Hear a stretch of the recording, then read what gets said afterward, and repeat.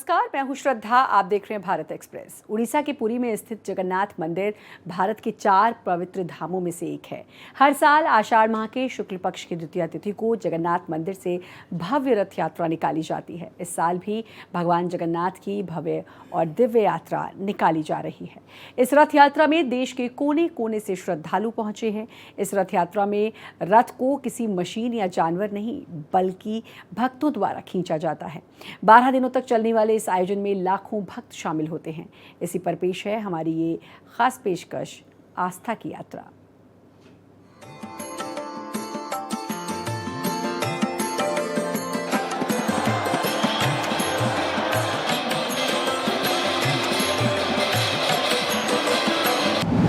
जगन्नाथ रथ महोत्सव की धूम।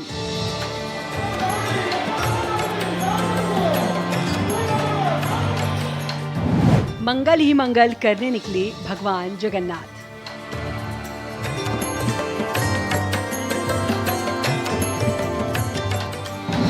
भाई बलराम और बहन सुभद्रा संग निकले।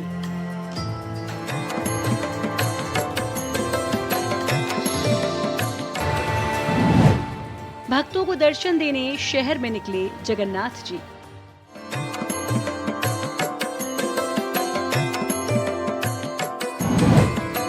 करिए भगवान जगन्नाथ रथ यात्रा के अद्भुत दर्शन।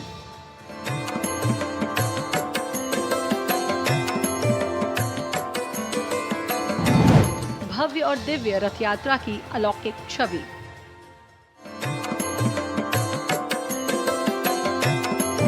रथ यात्रा कर देती है भक्तों के समस्त पापों का नाश।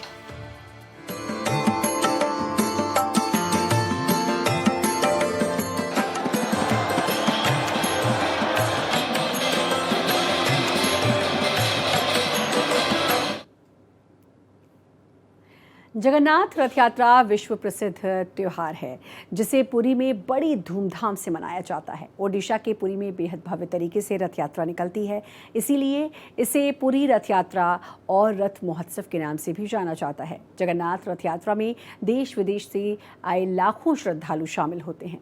भगवान जगन्नाथ के रथ को खींचने के लिए हजारों श्रद्धालु लालायित रहते हैं। 3 रथ मंदिर के मुख्य द्वार सिंह द्वार के सामने खड़े हैं, जो देवी देवताओं को लेकर गुंडीचा मंदिर जाएंगे, जहां इस बार देवी देवता 12 दिनों तक अपने भक्तों के बीच रहेंगे।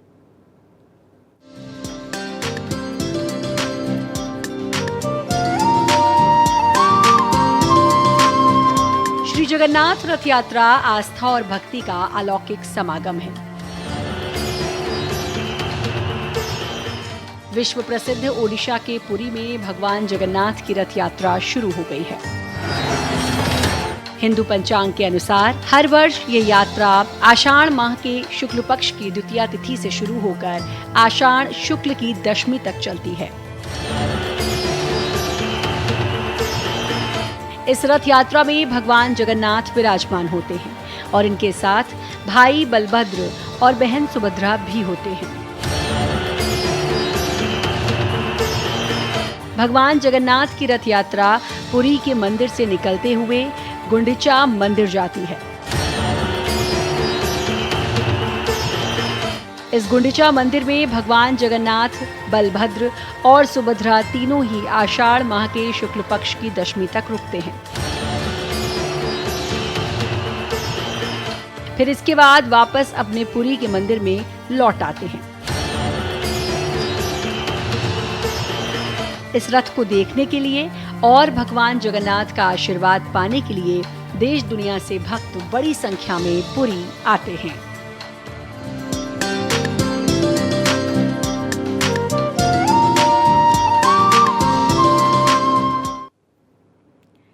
इस रथ यात्रा को लेकर मान्यता है कि एक दिन भगवान जगन्नाथ की बहन सुभद्रा ने उनसे द्वारका के दर्शन कराने की प्रार्थना की। तब भगवान जगन्नाथ ने अपनी बहन की इच्छा पूरी करने के लिए उन्हें रथ में बिठाकर पूरे नगर का भ्रमण करवाया था और इसके बाद से इस रथ यात्रा की परंपरा की शुरुआत हुई।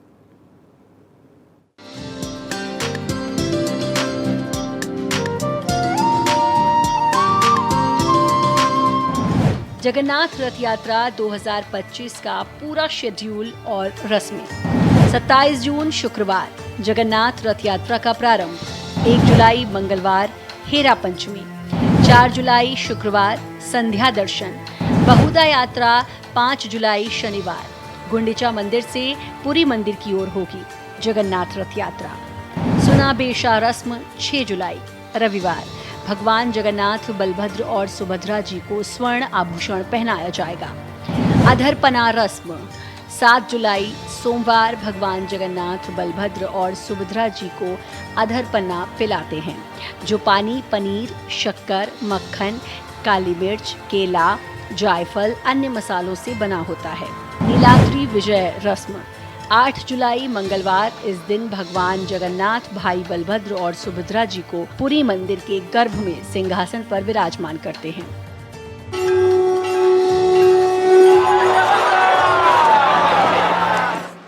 भगवान जगन्नाथ महाप्रभु का रथ यात्रा उत्सव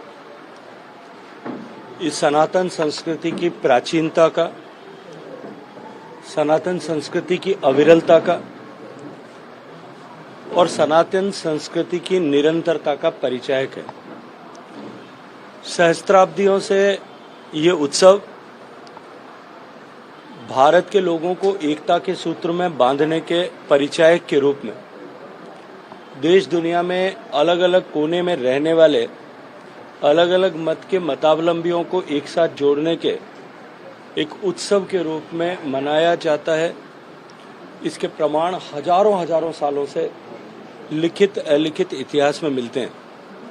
मैं भी सौभाग्यशाली हूँ कि मुझे आज संस्कृति मंत्री के नाते इस रथ यात्रा उत्सव का में आने का सौभाग्य मिला। भगवान जगन्नाथ महाप्रभु के दर्शन का सौभाग्य मिलेगा, लेकिन उससे भी ऊपर मैं सौभाग्यशाली हूँ कि मुझे यहाँ पूरी पीठ पर आकर के जगत गुरु शंकराचार्य जी का दर्शन करने का, उनका आशीर्वाद लेने का, उनके साथ संवाद को सुनने का अवसर मिला है। क्यों निकाली जाती है हर साल रथ यात्रा?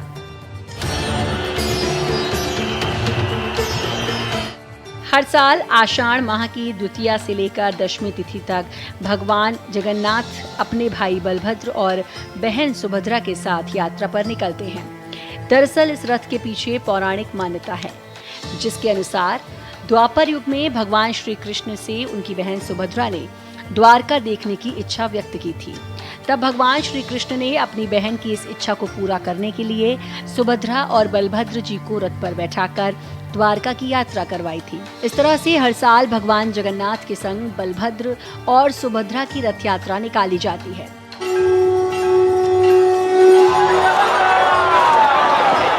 विश्व प्रसिद्ध रथ यात्रा रे आमे समस्ते पुरी रे एकत्रित हेइछु। आमर एथर अतिथि भावे भारत सरकार संस्कृति पर्यटन विभाग मंत्री, देशर वरिष्ठ नेता आदरणीय श्री गजेंद्र सिंह शेखावत पुरी आसीचंती। महाप्रभुंकर पहंडी आउ किछि समय पर आरंभ हब किंबा हेइ जाइथिबो, विधि तार आरंभ हेइ जाइथिबो। से अवसर आज आसीथिलु आमे परम पूज्य जगतगुरु श्री शंकराचार्यंकर गोवर्धन पीठंकर आमे आशीर्वाद नबा पाई। शंकराचार्यंकर आमे समस्त अनुजाई आम उपरे तंकर सदा सर्वदा आशीर्वाद अच्छी। देश रे लोकप्रिय प्रधानमंत्री नरेंद्र मोदी नेतृत्व रे, ओडिशा रे लोकप्रिय मुख्यमंत्री श्री मोहन माझी नेतृत्व रे आमे सेवार काम करूछु। आमे सनातन परंपरा को ये सनातनी राज्य रे आहुरी मजबूत करबा पई रथ यात्रा में समस्त संकल्प करूं। धार्मिक मान्यताओं के अनुसार जो भी व्यक्ति इस रथ यात्रा में शामिल होकर इस रथ को खींचता है, उसे 100 यज्ञ करने के बराबर पुण्य प्राप्त होता है। जगन्नाथ जी की रथ यात्रा के बारे में स्कंद पुराण, नारद पुराण, पद्म पुराण और ब्रह्म पुराण में भी बताया गया है। इसीलिए हिंदू धर्म में इसका विशेष महत्व बताया गया है। कैसे होते हैं भगवान के रथ? 800 साल भगवान जगन्नाथ का मंदिर। बड़े भाई बलराम, बहन सुभद्रा के संग हैं जगन्नाथ जी विराजमान। रथ यात्रा में तीनों ही देवों के रथ निकलते हैं। भाई बलराम और बहन सुभद्रा के अलग अलग रथ। रथों को बनाने की शुरुआत अक्षय तृतीया से होती है। रथ यात्रा में सबसे आगे बड़े भाई बलराम का रथ रहता है, बीच में बहन सुभद्रा का रथ रहता है, सबसे पीछे भगवान जगन्नाथ का रथ होता है। सभी के रथ अलग अलग रंग और ऊंचाई के होते हैं।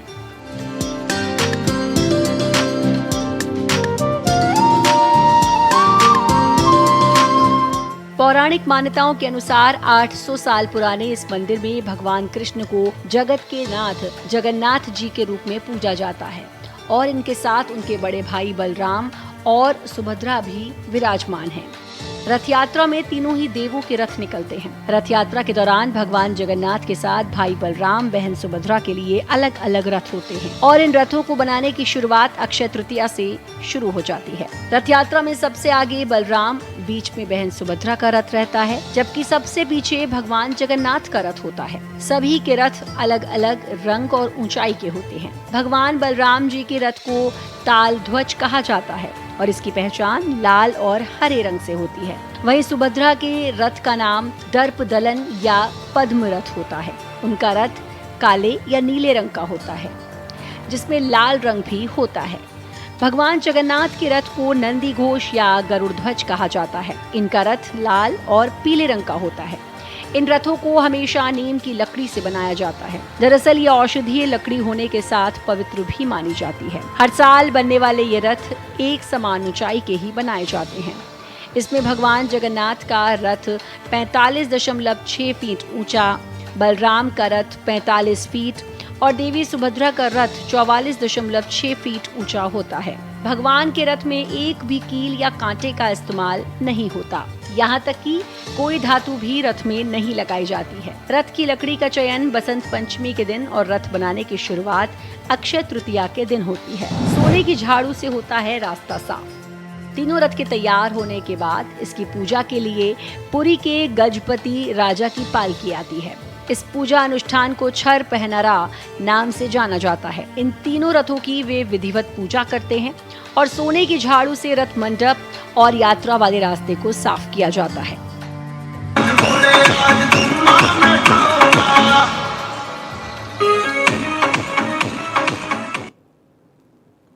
भगवान को लगता है शाही भोग। जी हाँ, भगवान जगन्नाथ मंदिर की रसोई को दुनिया में सबसे बड़ा माना जाता है। ये रसोई के बाहरी परिसर के दक्षिण पूर्व कोने में स्थित है। ये 20 फीट ऊंची, 100 फीट लंबी और 80 फीट चौड़ी है।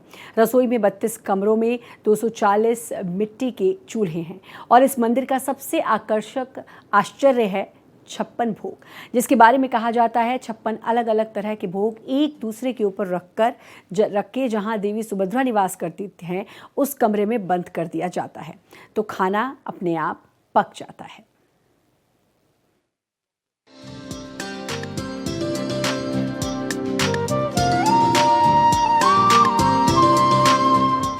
जगन्नाथ मंदिर में दुनिया की सबसे बड़ी रसोई।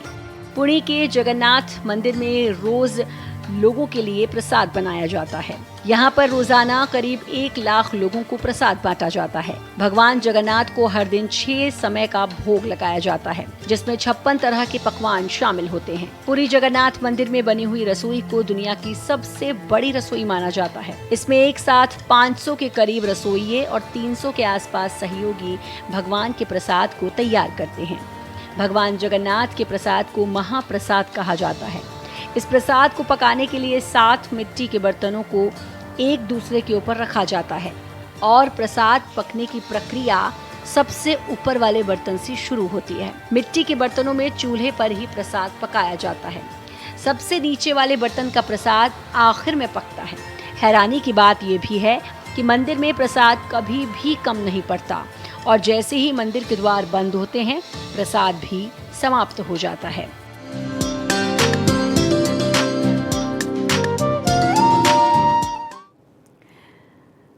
उड़ीसा राज्य के पुरी का श्री जगन्नाथ मंदिर देश ही नहीं पूरी दुनिया में प्रसिद्ध है और यहाँ से निकलने वाली रथ यात्रा में शामिल होने के लिए दुनिया भर से श्रद्धालु आते हैं। लेकिन इस मंदिर की खास बात यह है कि मंदिर का आर्किटेक्चर इतना भव्य है कि दूर दूर से वास्तु विशेषज्ञ इस पर रिसर्च करने के लिए आते हैं। यहाँ से जुड़ी कुछ ऐसी आश्चर्यजनक बातें हैं जिसे देखकर कोई भी इसके बारे में सोचने के लिए मजबूर हो जाता है कि आखिर ऐसा क्यों होता है। ये रिपोर्ट देखिए।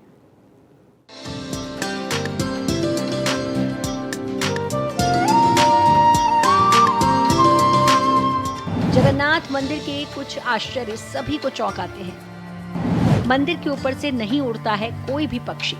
पुरी के जगन्नाथ मंदिर के बारे में एक चौंकाने वाली बात यह है कि इस मंदिर के ऊपर से कभी भी कोई पक्षी नहीं उड़ता हुआ दिखाई देता है।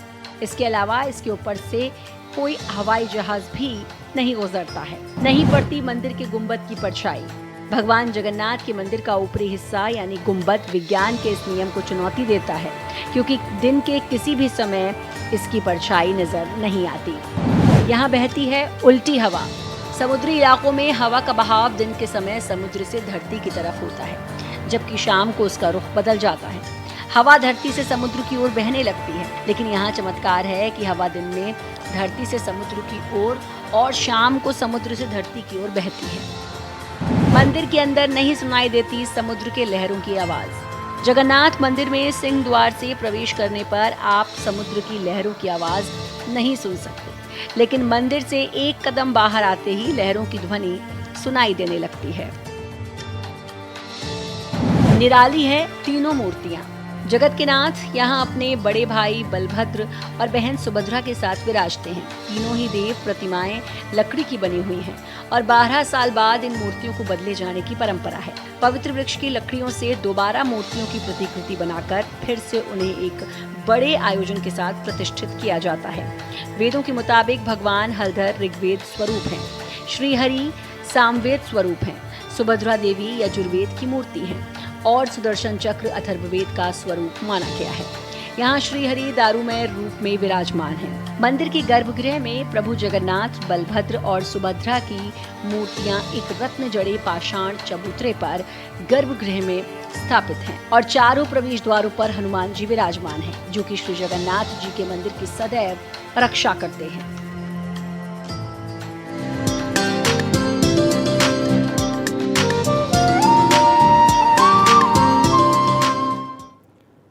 वैसे तो हिंदू धर्म में खंडित या अधूरी मूर्ति की पूजा करना अशुभ माना जाता है, लेकिन जगन्नाथ धाम की मूर्तियां अधूरी हैं। इसके बावजूद भी पूरी श्रद्धा के साथ यहाँ पूजा की जाती है। मान्यता यह है कि तीनों देवों के प्रति आस्था और विश्वास ही भक्तों की सभी मनोकामनाएं पूरी करते हैं।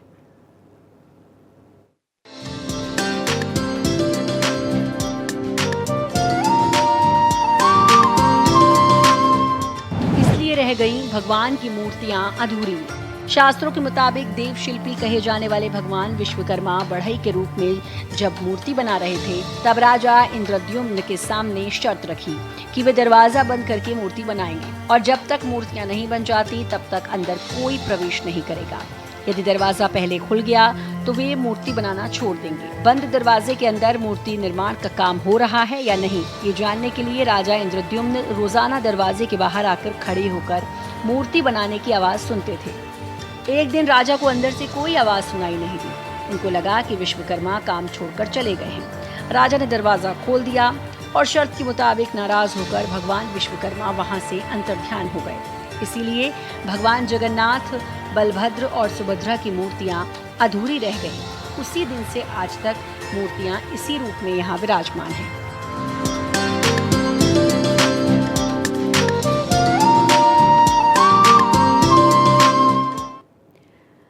जगन्नाथपुरी को धरती का वैकुंठ भी कहा गया है। इस स्थान को शाकक्षेत्र, नीलांचल और नीलगिरी भी कहा जाता है। अनेकों पुराणों के मुताबिक पुरी में भगवान कृष्ण ने अनेकों लीलाएं की थी और नीलमाधव के रूप में यहाँ अवतरित हुए थे।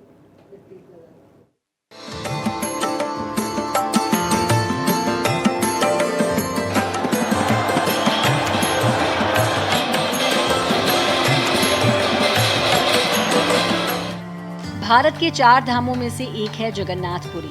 कहते हैं यहाँ बाकी के तीनों धाम जाने के बाद अंत में आना चाहिए। ओडिशा राज्य में स्थित पुरी में श्री जगन्नाथ मंदिर वैष्णव संप्रदाय का एक प्रसिद्ध हिंदू मंदिर है, जो जग के स्वामी भगवान श्री कृष्ण को समर्पित है। जगन्नाथपुरी को धरती का वैकुंठ कहा गया है। इस स्थान को शाकक्षेत्र, नीलांचल और नीलगिरी के नाम से भी जाना जाता है। पुराणों के अनुसार पुरी में भगवान कृष्ण ने अनेकों लीलाएं की थी और नीलमाधव के रूप में यहाँ अवतरित हुए थे। उड़ीसा स्थित ये पवित्र धाम भी द्वारका की तरह ही समुद्र तट पर स्थित है।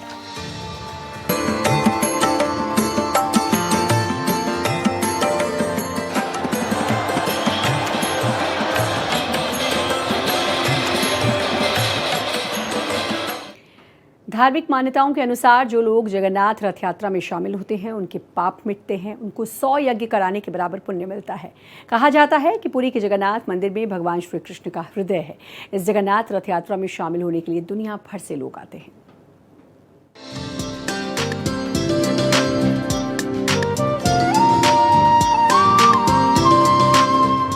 जगन्नाथ जी की मूर्ति में धड़कता है श्री कृष्ण का दिल।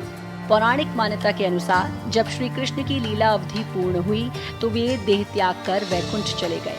उनके पार्थिव शरीर का पांडवों ने दाह संस्कार तो कर दिया, लेकिन इस दौरान भगवान श्री कृष्ण का दिल जलता ही रहा। पांडवों ने उनके जलते हुए दिल को जल में प्रवाहित कर दिया। तब उनका ये दिल लट्ठे के रूप में परिवर्तित हो गया और तब ये लट्ठा राजा इंद्रद्युम्न को मिल गया। उन्होंने भगवान जगन्नाथ की मूर्ति के अंदर इसे स्थापित कर दिया। तब से ही भगवान श्री कृष्ण का दिल यहाँ लट्ठे के रूप में विराजमान है। हालांकि 12 वर्ष बाद जब मूर्ति बदली जाती है तो इस लट्ठे को कभी भी नहीं बदला जाता है। आश्चर्य की बात तो ये है कि मंदिर के पुजारियों ने भी इसे कभी नहीं देखा है। लट्ठा परिवर्तन के समय पुजारियों की आंखों पर पट्टी बांध दी जाती है और हाथ कपड़े से ढके होते हैं। बगैर देखे और बिना स्पर्श किए इस लट्ठे को पुरानी मूर्ति में से निकालकर नई मूर्ति में स्थापित कर दिया जाता है।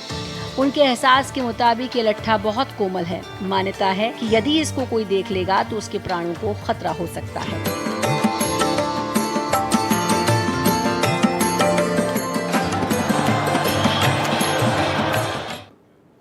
जगन्नाथ पुरी रथ यात्रा हिंदू पौराणिक कथाओं और संस्कृति में विशेष इसका महत्व है। ये भगवान जगन्नाथ को समर्पित है, जिन्हें ब्रह्मांड का भगवान और भगवान कृष्ण का एक रूप माना जाता है। आज के लिए बस इतना ही, लेकिन बाकी देश दुनिया की खबरों के लिए लगातार बने रहिए भारत एक्सप्रेस के साथ।